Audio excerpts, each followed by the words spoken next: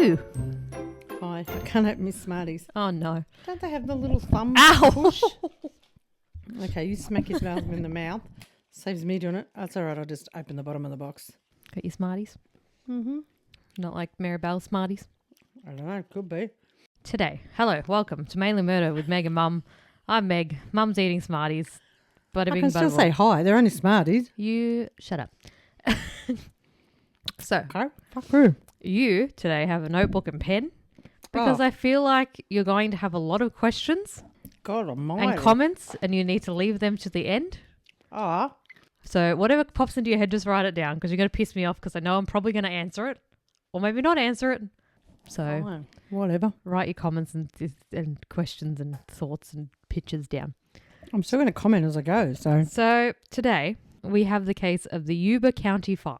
The what? The Yuba County 5. Yuba County was I explained it. So the Yuba County 5 so there was 5 of them, obviously, Yuba County 5.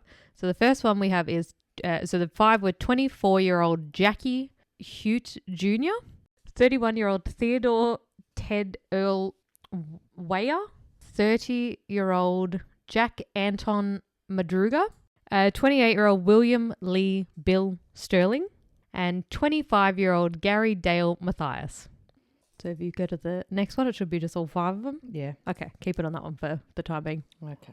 So Yuba County I is... don't like having to do homework while doing it. There was no mention of this when I signed the original contract. Was there an original contract? No. I want to read back through my agreement of what I agreed to. So the Yuba County... Shit. Oh, Hang on. Crisis. I dropped my Smartie. Okay, go. Yuba County is a city in California. It is framed by orchards and farmland, where everyone... Sorry, Knows and your they... name? What is it? Cheers? They were known as a tight-knit community where everybody seemed to know everybody. Someone said you couldn't drive down the street without someone waving at you because you knew everybody. That's how small this little county was. So we'll start talking about the youngest of the group, who was 24-year-old Jackie, or Jack Hute Jr., but there's 2 Jacks, so we'll refer to him as Jackie. So Jackie was born on the 29th of March, 1953. When he was around 2 years old, his father returned home from being drafted into the military. He thought something was wrong with Jackie because he didn't want anything to do with him, and he would scream when his father entered the room. Oh. His parents took him to the doctor to be tested, and in true 1950s, 60s terminology, the doctors diagnosed him as retarded. Oh. That was their diagnosis. Really? Yeah. His parents were Jack Sr. and Sarah. His parents, Jack Sr. and Sarah, accepted the diagnosis, but they raised all 4 of their children the same. Jack Sr. gained new employment and the family moved to Marysville in 1969. Another reason they moved was because of Jackie's asthma. In an interview, Jack Sr. said when he was 14 years old, he weighed about 110 pounds, which is 49 kilos. Jeez. They told us to move to a hot country and it would help him. Well, why? A year, because asthma and... The asthma. Yeah. Sorry, I thought you meant because of his weight. I was like, Oh, how's because that of out? asthma. I'm moving to Queensland. I'm off. A year later, he weighed about 220 pounds or 99 kilos. So I was glad we did, in a way, but if we'd stayed there, he'd probably died anyhow because they said there was no cure for it. Although his asthma was now better, Jackie would still have to use an inhaler. Jackie's brother Tom said that when he was 24, he had the mentality of a 16-year-old. Jackie was described by his brother Tom as very loving, caring, funny. In a lot of sources from this case, Jackie is described as the most disabled in the group, but his family strongly disputes this. Oh.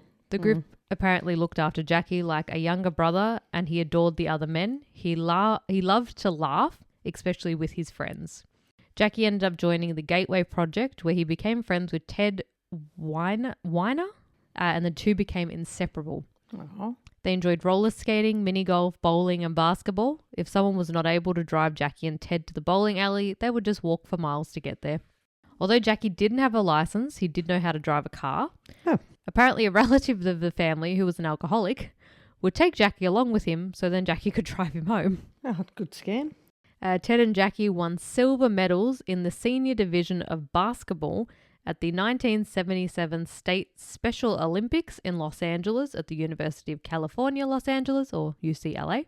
Jackie was also apparently romantically involved or was very interested in Shirley Lancaster. Oh. He had a picture of her in his wallet along with a piece of paper with her name and number on it. Did she know he had a picture of her in his wallet? Yeah, they were like kind of casually. Oh, they were? Yeah. Okay. His dad and brother said that Jackie would spend hours on the phone talking to Shirley, but his dad didn't think they were a very serious couple. Well, not if he had the mentality of a 16-year-old when he was 24. Yeah, he probably didn't even know what dating was. Yeah, or like didn't take it very seriously. No, he was just talking to the girl. Another thing about Jackie is that he hated and never, ever liked spending the night away from home. So the second member of the Yuba County Five is 31-year-old Theodore Ted Earl Weiher, Weiher. So Ted was born on the 26th of May 1946 in Arizona. He was described as cheerful, friendly, and known for his sense of humor and love of basketball, and he loved mac and cheese. Nothing wrong with that. His nieces and nephew described him as the big, fun, goofy, hairy uncle. Like to the point where he's got the sideburns right down to his lips. He loved mac and cheese to the point where someone, it was either like his niece or I think maybe his brother's wife. That's what they would get him for Christmas, just mac and cheese. Oh, okay. Huh. Fair enough. Get you nuggets if it was you. Yes. Love a good nugget. Ted was the oldest member of the group. He stood about 6 foot tall and about 200 pounds or 90 kilos. As a child, his parents were aware there was something different about their son and was viewed by his family. Are they all got a little bit NQR? They've all got some sort of mental disability, but a lot of their parents, like you'll see the media and a lot of other places portrayed them as slower than what they actually were. Okay. He was viewed by his family as very slow. Another thing about Ted is that he was born without knee joints. What? He was born without knee joints. So what, he couldn't sit down and bend his knees or? I'm not sure. He was just born without, he had to do like, I think physiotherapy and stuff to get it better. Make him bend.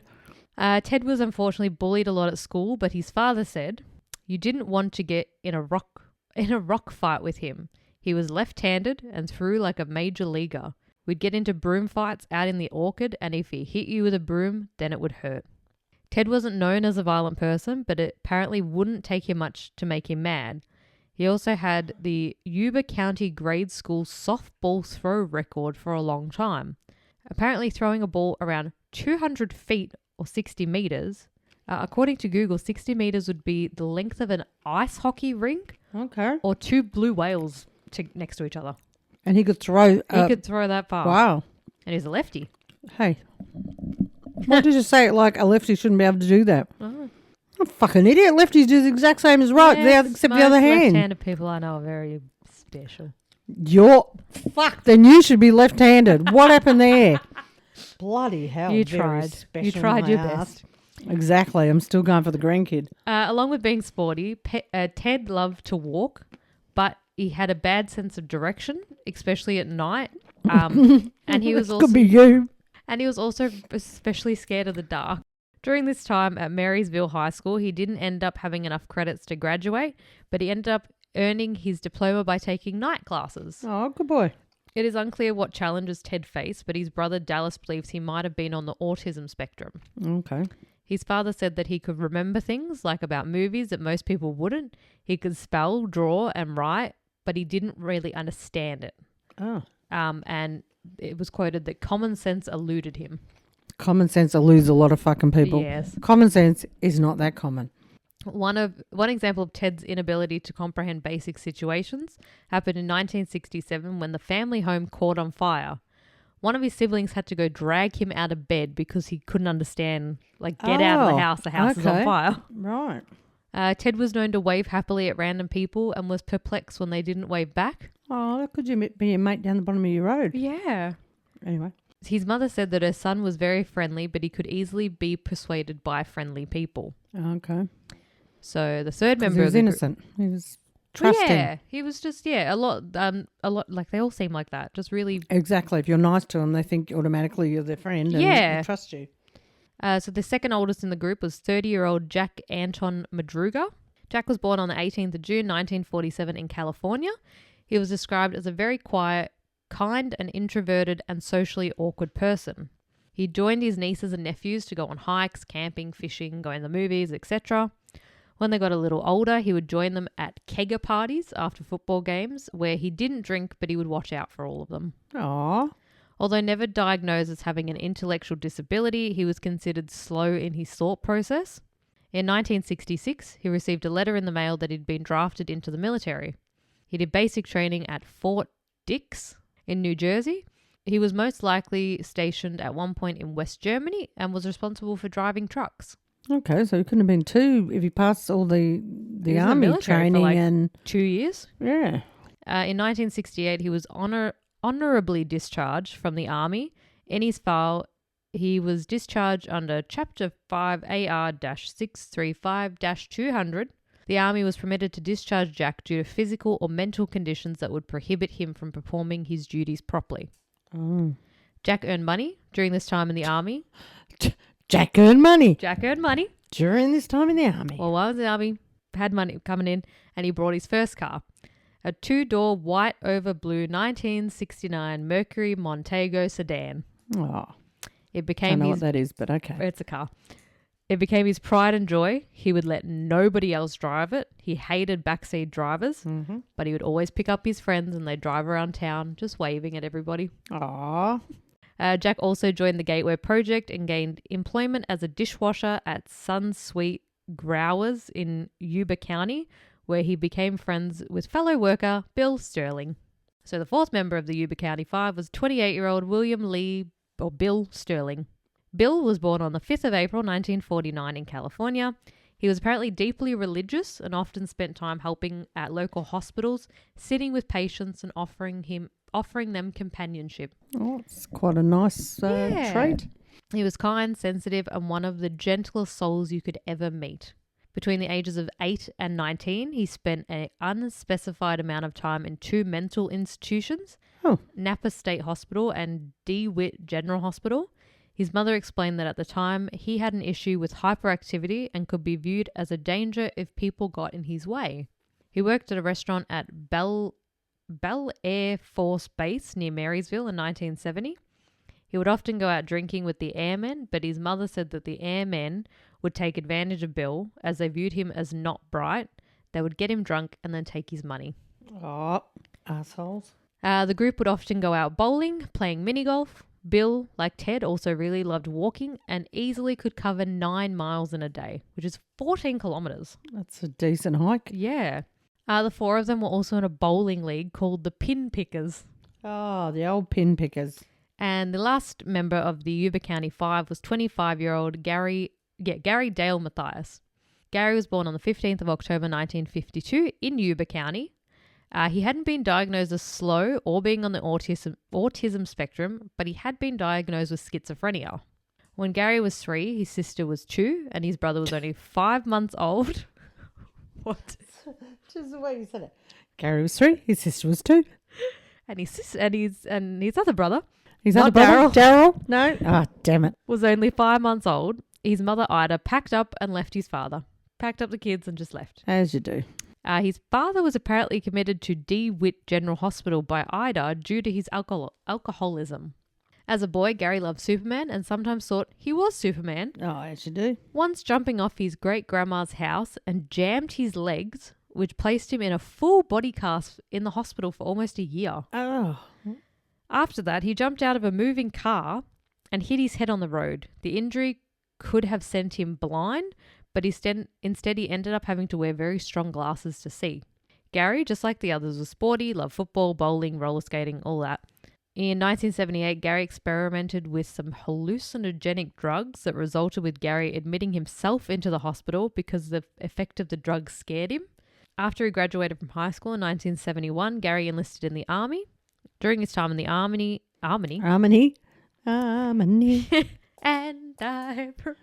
During his time in the Army is when he was diagnosed with schizophrenia. From 1972 to 1975, he would not be properly medicated. He was controlled by psychosis, delusions, disorganized thinking, and hallucinations. Before enlisting in the Army, he was investigated for possibly pulling out stop signs and was suspected in some local burglaries. During his time in the Army, he was sent to the Letterman Army Hospital in San Francisco, where he escaped and was reported as AWOL. AWOL. Which is absent without official leave. Did you have to Google that? No, it was in the Wikipedia. No, it was there in front of me. I didn't have to do it. So that was on the 13th of January 1973. He had walked 130 miles and ended up visiting an acquaintance of his. How far is 130 miles? 209 kilometres, which is roughly like walking from here to Yarrawonga.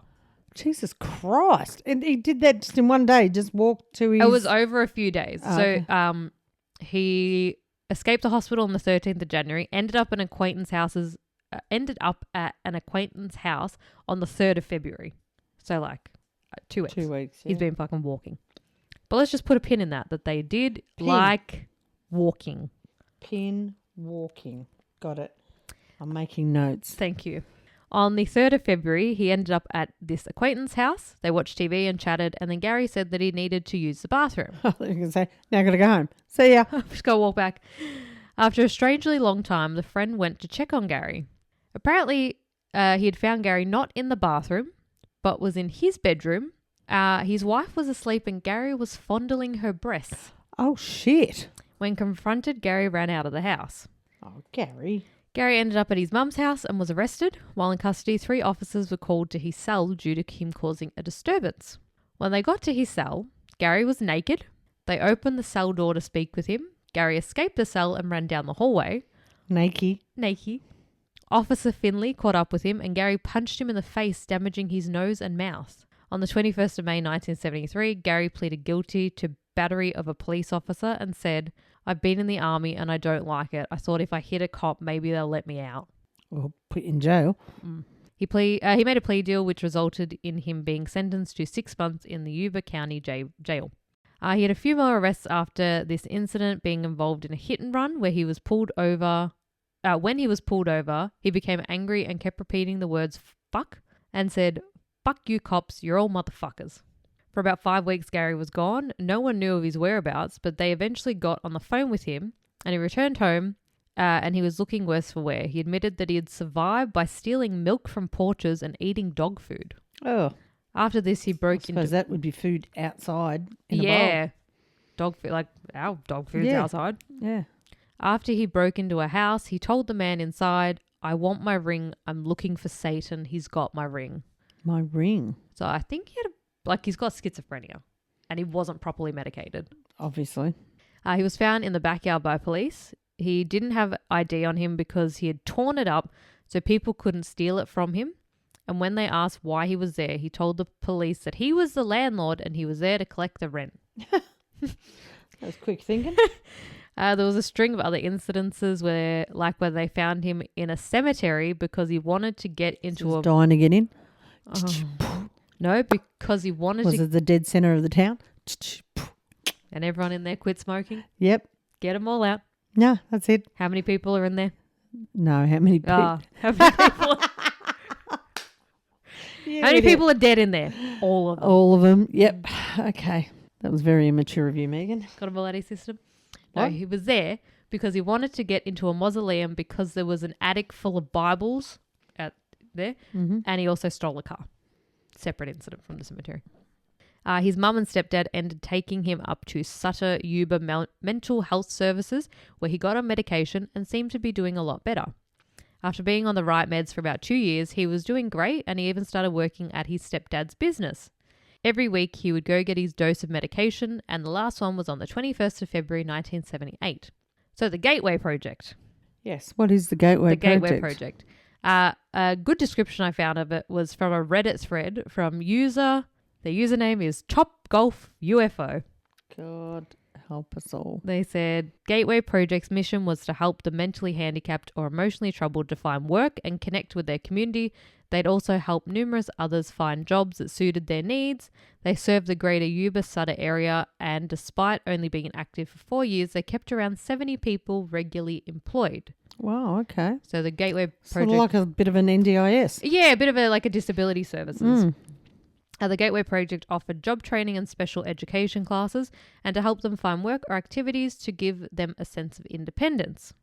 So all 5 men were also on a basketball team called the Gateway Gators. Oh, that's a bit cute. Yeah.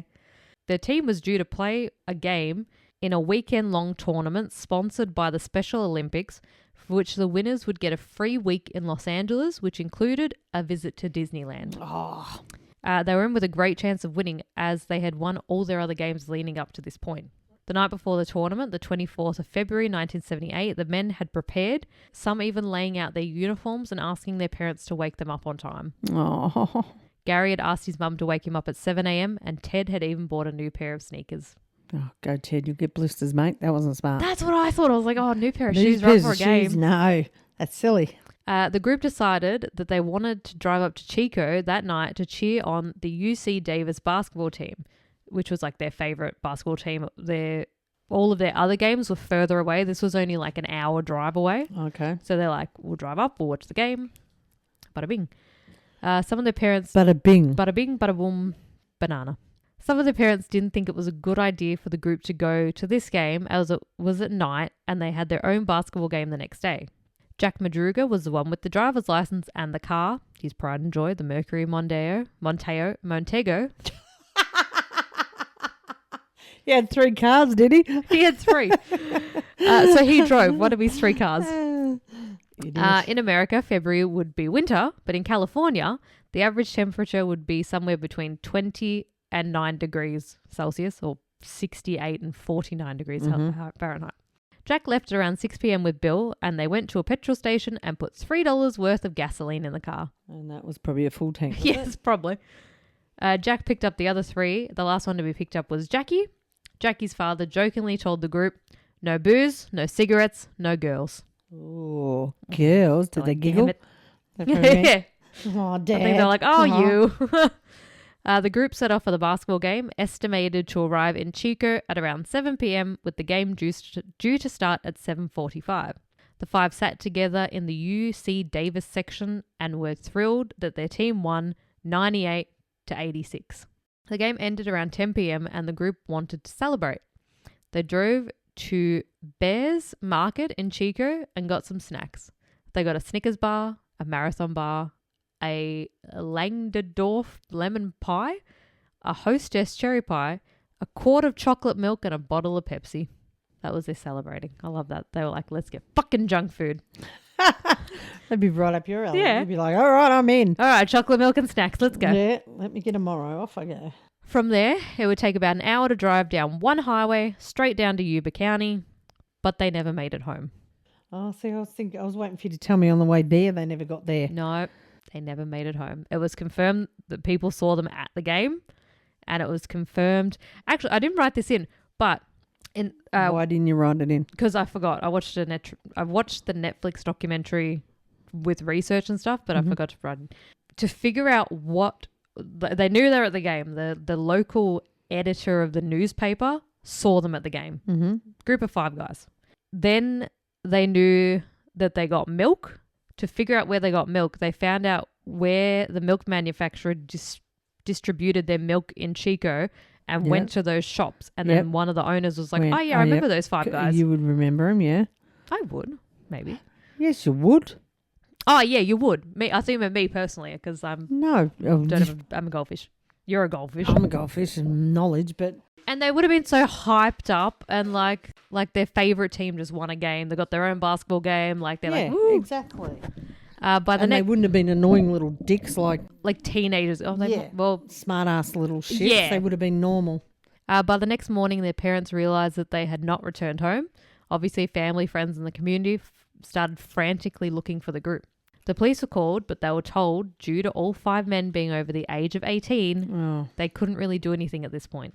Their family and friends searched all day, and at 8 p.m. that night, the police were called again. This was highly unusual for the boys, as they were all known to run by their own boys, rigid... They were men.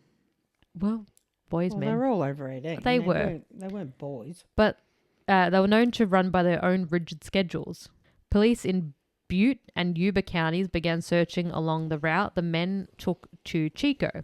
There was no sign of them until 4 days later. Jack's car was discovered by a Forest Service ranger. Ooh. It was sitting on a snow-covered dirt road, high in the mountains, about 70 miles or 112 kilometers east of Chico. But Yuba County was south. So Yuba County to Chico, that's where they were meant to go. The car was found east. So instead of going south, they went east. And it's one highway up and down from Yuba to Chico. Members of law enforcement drove up to the Plymouth National Forest to examine Jack's car. In the car, items were found such as the milk carton, Pepsi bottle, snack wrappers, Love a good Pepsi, a newspaper, and a program from the basketball game. One of the windows was partially rolled down and the keys were gone. There was a quarter of petrol still in the tank. There was not any damage to the undercarriage of the car, and it could be easily moved. Around this time, a man came forward and said he was on the same road as the five. His car had become stuck in the snow, and when he tried to push the car free, he suffered a heart attack. Oh, but he lived, obviously, to tell the story. Yeah, he lived. It was like a mild heart attack. That's what I'm thinking about. He noticed Jack's car pull up on the road sometime after 11 p.m, and he said that he yelled out for help. The car did stop, and the people inside the car got out, but apparently instead of helping him, they started walking into the forest. In the group of people, he thought he also saw what appeared to be a woman holding a baby. So the Plymouth National Forest. One man that lived in the community, Tom McGarry, said, "The Plymouth National Forest, it ain't no joke, man. A lot of people don't understand how rugged that area is." This was described as no man's land, and in some spots, if you lost your footing, you could fall 1,000 feet down. Shit. On the 2nd of March, Jack's car was examined. They found a map of California that had X markings on various locations, which the sheriff wanted to know more about. They also found a stain on the driver's sun visor, which they first determined to be blood, but it might have been a false positive as it was later determined to be sauce. How do you get a positive reading of blood? I don't know. And then go, oops, my bad. My It was bad. tomato sauce. From Bacchus. Or ketchup. Ketchup. The mystery deepened as they found the Mercury's undercarriage had no dents, gouges, or even mud scrapes. Not even its low-hanging muffler, despite having been driven a long distance up a mountain road with many bumps, ruts, and potholes. Right. Either the driver had been extremely careful or it was someone familiar with the road. Jack was apparently not familiar with this area, and he was known not to let anyone drive his car. So he would have been extremely careful with his pride and joy. Yeah. But if you don't know the road, it's dark, you're in the fucking snowing mountain, you're going to hit bumps and stuff. How's it go? No one can see me. No, you look like I'd dream a genie. What also worried everyone was that they had all dressed to just go watch a basketball game in a gymnasium, not being in the snowy mountains. Oh, yeah. In other words, not all rugged up to the hilt? No. Well, they were going from the house to the car to the gym, and then back in the car and home. Yeah. On the 1st of March, there was over 30 officers searching a 5-mile diameter from the spot the car was found. They also had 4-wheel drive ambulances, snowcats, snowmobiles, 4-wheel drive vehicles, a helicopter, search dogs, and people on horseback. They're a bit legit. Yeah. The officers would start by walking about 200 yards, and then they would turn around and walk back the same way they came, essentially double checking. They'd walk up, walk back, just to double check everything. And then what? Then go 400 yards, come back to, go 600. That seems like a lot. They'd go to that spot and then do another 200 yards. And anyway, the forest was described as rugged bush terrain. The roads were windy and the whole area was treacherous. It had creeks and some parts would drop 20 to 30 feet, roughly like falling off the roof of a double-story house. Ow. This was also not an area you could just accidentally end up by turning the wrong way. Okay. It was also puzzling because Jack had driven to Chico hundreds of times. He knew how to get there and he knew how to get home.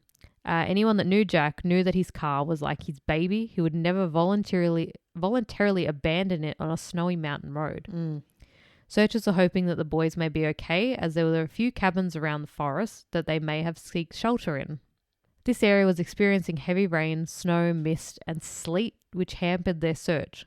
A snowstorm led the search to be halted, and the team was stuck in the forest. During this time they were searching, many tips came in from people thinking that they had seen the men. One woman called the police and said she saw the flyer of the missing men. This lady worked at a store in a small town of Brownsville, 30 miles from where the car had been abandoned. which they would have reached if they continued down the road. She said that 2 of the men, most likely Jackie and Bill from her description, were in a telephone booth outside the store while the other 2 went inside. The owner of the store added that he had seen Jackie and Ted come in and they bought burritos, chocolate milk and soft drink. With the evidence not pointing... This is from the abandoned car? Yeah. Okay. With the evidence... I kind of drift off sometimes and I'm thinking, I just heard you... Focus. I just heard you say about the milk bag and I'm like, didn't he already have his chocolate milk? No, this was after someone said that they thought they saw them. I'm with it. I could just get a bit tired. Yeah, just wake up. With the evidence not I've been fed. And you know when you've been fed after lunch, just sort of, okay, all right. With the evidence not pointing to any clear conclusion about what happened the night the 5 men disappeared, police and the families were not ruling out the possibility that the men had met with foul play.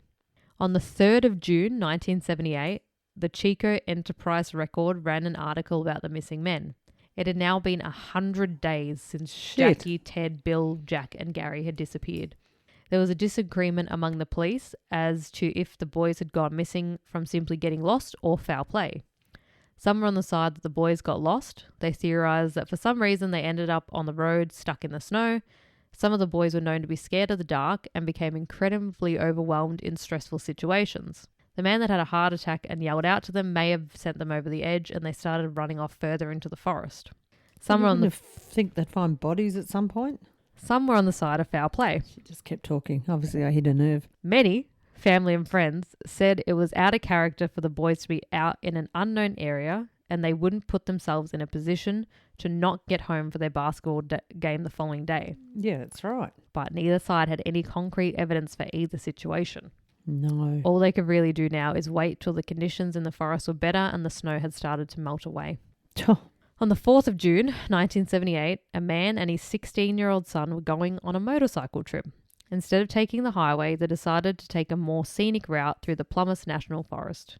Due to the snow still being around and fallen trees and branches, they took alternative routes and ended up near what was described as a trailer that was used by construction companies.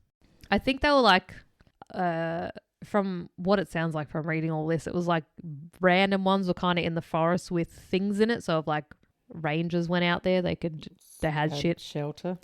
They noticed they had shit. They had shit, the things. Shelter. Then they noticed the smell coming from the trailer, which had a broken window. They looked in and found the trailer was dark and dirty. It had bunk beds and dirty dishes inside. Then they noticed a badly decomposed body laying on the bottom bunk. Oh, shit. When law enforcement arrived at the trailer, they found that the body was laying on its back with its hands placed across its chest. Did it put more emphasis on that description when you put your hand across your chest and put your head back in the seat? Okay. Like a mummy. For those of you who can't see her, yes, she looks like an idiot. And they lay down the body. He was also... Just Did that hurt? That's what you did. I was trying to make a noise so they could hear it go snap, snap. Well, it was laying on his back, his hands placed across his chest. He was pretty much swaddled under about 8 blankets. And when they removed these, they saw the clothes the body was wearing and believed it was Ted. Oh, okay. They were initially thrown off by his significant weight loss. He had lost about 80 pounds or 36 kilos. Ted in had 100 days. Jeez, that's better than Ozempic. 100 days. You said they were missing for 100 days. Yeah. 100 days. Well, that's only like 3 months, 3 and a bit months. 36 kilos. So lose 36 kilos. That's a lot. And die. Better than Ozempic. Just saying. Ted had a full beard, but on the night he went missing, he was clean shaven, which determined that he must have been alive between 8 and 13 weeks. He also had a gangrenous infection that resulted in veins in his legs being discolored. Ugh. And he's had frostbite. Yeah, that's why I figured he was under 1 million blankets. They were probably trying to heat him up. On a table in the trailer, they found identification, a ring with the name Ted engraved on it, and a neck chain and a wristwatch. It was later confirmed that the wristwatch did not belong to Ted. Ted's nephew, Dallas Jr., said that in March, around when the search was dying out, he and his auntie went up to the spot where the car was found. All he could think of now is that he was in that area when Ted was most likely still alive. Well, you don't know that. They went missing in February based on everything, he was alive from 8 to 13 weeks. When police examined the rest of the trailer, they determined that the window had been broken from the outside. There were open C ration cans around. These were canned meals used by the military, which could be eaten straight from the can or heated. The most common way to open these cans was with a P38 military-style can opener. A few of these cans were found outside the trailer, as well as some books near the back door. It was puzzling that there were open cans of food, but Ted seemed to have starved to death. Ted's family did say that Ted would never do anything that he thought was against the law, and if he thought he was stealing, he wouldn't have done it. Shit. Yeah. They were like, well, if you don't eat. But, like, that's how good these boys were. They're like, no, this is stealing. This is someone's house. Yeah. And not realising it was the ranger's quarters for emergencies. Ted's shoes were also missing, but the shoes that Gary had been wearing were in the trailer. The trailer also had a coal oil heating stove, matchboxes, and cans of oil for the stove, but these all seemed to be unused. They've probably been told not to play with fire, possibly, if they're not. I don't know. Just a suggestion. There was also a note written on a notepad that Gary's sister later confirmed was in Gary's handwriting. I have no idea what it says.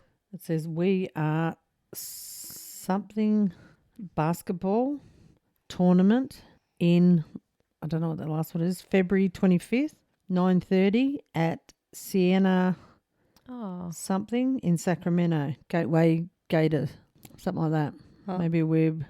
Yeah, no, it's very hard to read, isn't it? You can pick some word. There's probably about 5 words in there that you can't. Well, that note was found in the trailer. Maybe they were trying to get to it.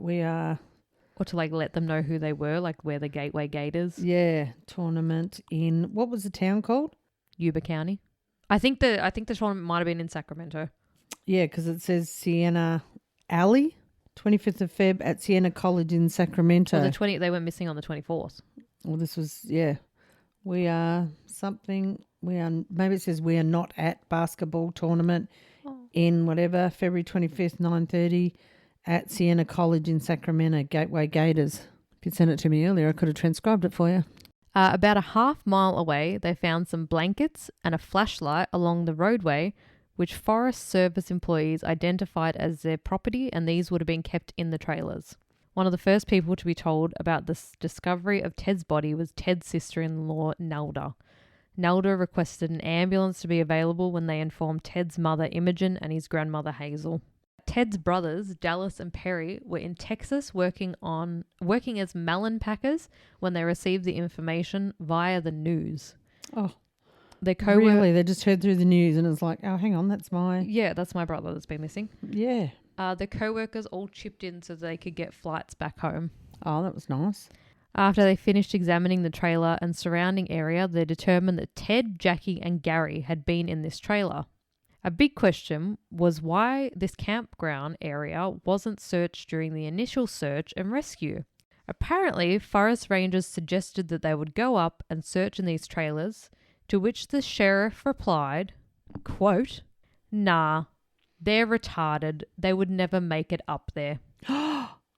Seriously? And they walked for 209 Ks or 130 miles? Booyah, write my note down.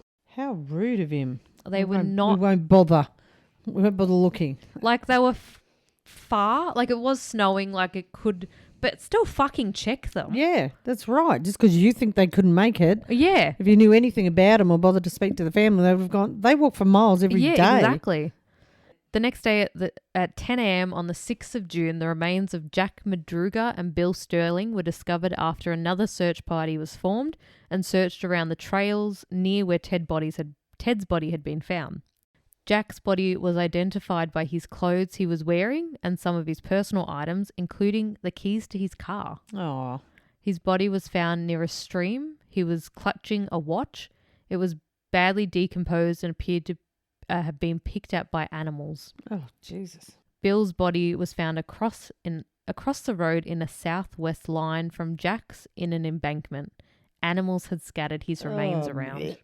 They believed that the men had died from exposure, but due to there not being much left of them, it was extremely hard to tell if there had been any trauma to the bodies. Oh, Jesus. Police were also amazed that the three had made it to this spot from the car. It was a rugged, 15-mile or 24-kilometer walk along terrain that in some areas was around 4,000 feet above sea level. Wow. According to Google, at this Google. at this level, the air would become thinner and less oxygen available. This could cause shortness of breath, dizziness, headaches, and altitude sickness. Wow. Also, on the night they went missing, it was reported that there was 4 to 8 feet of snow on the ground and below freezing temperatures. Oh, God. One of the first people to start searching for the boys when the car was found was Jackie's father, Jack Sr., as well as Jackie's brother Tom and a cousin Floyd. When the search started, multiple people heard Jack Sr. saying out loud, "I will find you, son." About a quarter mile from the trailers, Jack Sr. found a bone that was clearly a human leg bone. He then found pants and a jacket, which were confirmed to be his son's. Ugh. As he picked up the jacket, a spine bone fell out of it. Oh. People remember watching Jack Sr. dropping to his knees crying and saying, "I'm sorry, son. I said I was going to find you." During an interview, Jack Sr. said they called the search off. "I didn't need their help. I'd find my son, and I believe I proved my point." Wow. All 4 men that were found had their funerals and were laid to rest, but Gary Mathis had still not been found. The main theory was that he died in the plummet and his remains were carried away by animals. To the family, He could have fallen down the ravine and into water. Could have been a zillion different ways. He disappeared. To the families, it seemed like after they found the first 4 bodies, law enforcement kind of just gave up looking for Gary. During the initial searches, Jack Sr. said that he saw 4 sets of footprints going up in the direction the bodies were ultimately found, but law enforcement and rangers thought they knew better and didn't search that way. Kathy Madruga. It's frustrating how many cases are just overlooked because of something stupid or some lazy prick that couldn't be bothered doing that one extra step. Kathy Madruga, Jack's niece, remembered sometime in the late 70s or early 80s, after work she stopped in at the bar that her mum owned. When she walked in and she was scanning the place, she spotted a man sitting at the end of the bar. She said, "He looked at me and I looked at him. It was Gary Mathias." She pulled her mum aside and informed her, and they called the police. By the time they came back out to the main bar, the man was gone. She was taken down to the police station and successfully pointed out the man that she saw was Gary Mathias from mugshots. This apparently wasn't the only sighting of Gary. Someone had seen him at a Denny's restaurant and a department store and a 7-Eleven. The witness said, "He was coming out as I was pulling in. Now I swear on my mother's grave it was him. If I made a mistake, then God forgive me. I feel bad for the family. I know who I saw in my heart. It was Gary Mathias." So why would he have toddled off on his own? Who knows? Okay. Even knowing that 4 out of the 5 men had died in the plumbers, investigators still could not completely explain what led to their deaths. They still had found no explanation for why the men were there, although they learned that Gary had friends in the small town of Forbestown, and police believed it was possible that in an attempt to visit them on the way back, the men may have taken a wrong turn near Oroville that put them on the mountain road. In the Netflix documentary series Files of the Unexplained, Jackie's brother Tom said that he doesn't believe that Gary even made it to the trailers. He suggested that one of the boys carried Gary's shoes with them to the trailers, which would explain why there were only 4 sets of footprints found. There was a theory that a very scary bully had a grudge against Gary. Apparently this bully was part of a family in town that everyone knew not to fuck with. Like everyone that's been in and out of prison, they were just a family that were... This bully found the group, beat up Gary and threw him over the Oroville Bridge. This may have caused the other boys... Is this just This is one of the main theories, yeah. Someone decided they'd put on the internet and everyone's like, oh yeah, could be. Yeah. Yeah. This may have caused the other boys to be so frightened that they didn't go the right way home, or they could have been threatened. This theory might explain why the boys went up into the mountains instead of back down where the bully was. Pretty good on feet. They could... Yeah, they could go. On feet. Pretty good on foot. On feet. And they could outwalk them. Gary's sister, on the other hand, believes that Gary made it to the cabin with Ted and Jackie, and once Ted died, those 2 went out of the cabin to look for help. We also should remember that Gary was meant to be on medication and his last dose was on the 21st of February and they went missing on the 24th. Oh, 4th. And then 100 days later, so he hasn't had his medicated however long Gary survived. Our theory was that Gary got paranoid and convinced Jack that someone was following them and they should detour into the forest. Could be. But between the 21st and 23rd, that was only 3 days. So surely if he was getting a weekly dose, he wouldn't start being paranoid after 3 days. I don't know. I don't have paranoia. Or do I? Robbery really couldn't have been a motive, as at the time the boys only had around $10 to $15 on them. And they were, you just finished saying earlier too, that one of them possibly didn't eat because he thought it was stealing. Yeah. So the chances of him committing a crime didn't seem like it'd be very high on the list. No, like someone trying to rob them. Oh, sorry. I thought you meant them robbing someone. I was like... there was an official letter. Oh, there's a Reddit thing and you can download all the case files. So there was I went through all of them. There was fucking hundreds. Of course you did. You're a psycho. There was an official letter from the Yuba County Sheriff's Department on the 15th of November 2019 that said, Gary Mathis is believed to be a victim of foul play. The case remains open as a missing person / homicide case. It is in the best interest of all involved that this letter do not be forwarded to the Mathias family. So you can go onto Reddit if you search Yuba County 5 case files. Whole 5 zip files. Sure. There were thousands of Sounds like something I'd do. Look, it's fun. It's a fun Saturday night brawl. Oh my God. So there were thousands of attachments. It was probably not. Probably 500. You didn't open them all, surely to God. Yeah. Are you for real? You opened 500 attachments? Yes. A lot of them were redacted, so you'd open it and it would just be a big black box of all the information rubbed out. So I'm like, okay, close that one. Yeah, but still. Yeah. I do my research, lady. There was a letter that was dated the 18th of March, 1978. So only a couple weeks after they went missing. It said... they had a lot of psychics and shit as well. Oh, of course they but fucking did. They had to get their 2 bobs worth in.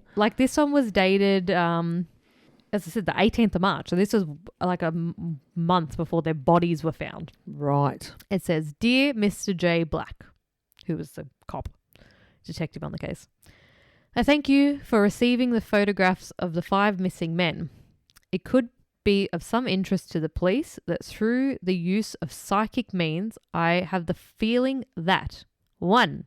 The 5 missing people did not leave Chico on the 24th of Feb 78. 2. They are all dead now. 3. They were not shot, stabbed or hit but died by hanging. The main thing is to know where they are now, so I may help your department by locating them. Please send me a large map of Chico and vicinity, and remember that what I have to say, what I have said is conjecture. Note, no marking on the map. Sincerely yours, A. Del Perugio. There's another handwritten note. Hang on, did the fucking psychic, was there any relevance to what the psychic had to say? Well, she did say that they're all dead. Oh, fucking rocket science, mate. I could have told you that when you first showed me the pictures. Yep, they're all dead. They're in the snow. They're on foot. They've barely got heat close to keep them warm. Well, yeah. Come on. Mate. Sure the UFOs didn't get them? Oh, God help me. Get very angry at this. Why have you got me doing this? I don't know. I'm a very angry lady. There's another handwritten note. It had no name or date on it. It just said, one person sees rippling water, the color red, and red dog. Group feels certain that boys have been split up and are not going to all be found at the same location. 2 are in the wood shed shack. 1, possibly 2, are in that crevice near the rock and pine tree. So I don't know if it was a tip made before or after the boys were found, but if it was before, that's wow, they were found split up. There was another psychic note that was dated the 30th of March, 1978, 5 days before Ted's body was found. I have shortened a bit. It says, my name is Kathleen, and I started out with the questions we discussed in the group. I received an image of the 5 men and also of a woman and a very small child. Yeah, I wonder what happened to them. Well, I saw that 3 of the men at the time were not alive. 2 of the men were alive. I got that the small child died at the same time that the 3 men. at the same time as the 3 men. And I saw a woman crawling on the ground as if she was injured but still alive. And then there was questions. Are the 5 men alive? No. Is the driver of the vehicle alive? No. Were all 5 men ever in the area where the car was found? No. Was a woman involved? Yes. Well, you don't know that. Shh. Psychic.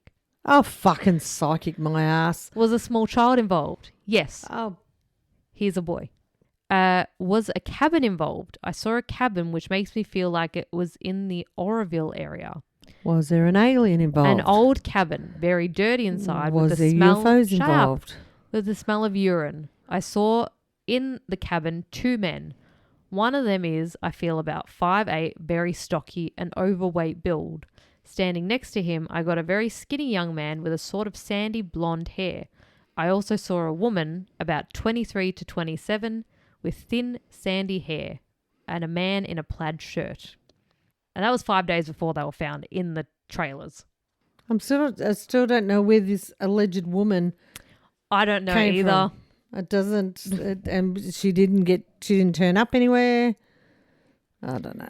There was also a police note from the 2nd of May 1979 recorded by Sergeant Gary Finch that read, I received a telephone call from Sergeant Elwood of the San Quentin County Sheriff's Department. He said Bob Hendrick at one time resided in the Marysville area. He observed a subject hitchhiking on this date and thought the subject was Gary Dale Mathias. Hedrick was able to get the license number of the truck which revealed it was registered locally. Sergeant Elwood said they would attempt to contact the owner of the truck to learn the identity of the hitchhiker. From the case files, I also found that officers spent about 1,057 hours that were recorded under devoted to search of missing men. Okay. On the 15th of March 1978, a lady named Deb Reese received a call from an anonymous person which she reported to the police. Sorry, anonymous calls. So 15th of March, so still no bodies found. Mm-hmm. Deb, hello? Caller, I know where the 5 missing men are. Then the caller sighed and hung up. Oh, okay, good call. Then they call back. Well, of course I did. And she said, hello? And the caller said, I had to hurt them. Deb said, who? The caller, you know who. And then he hung up again. Then on the 17th of March, she got another call.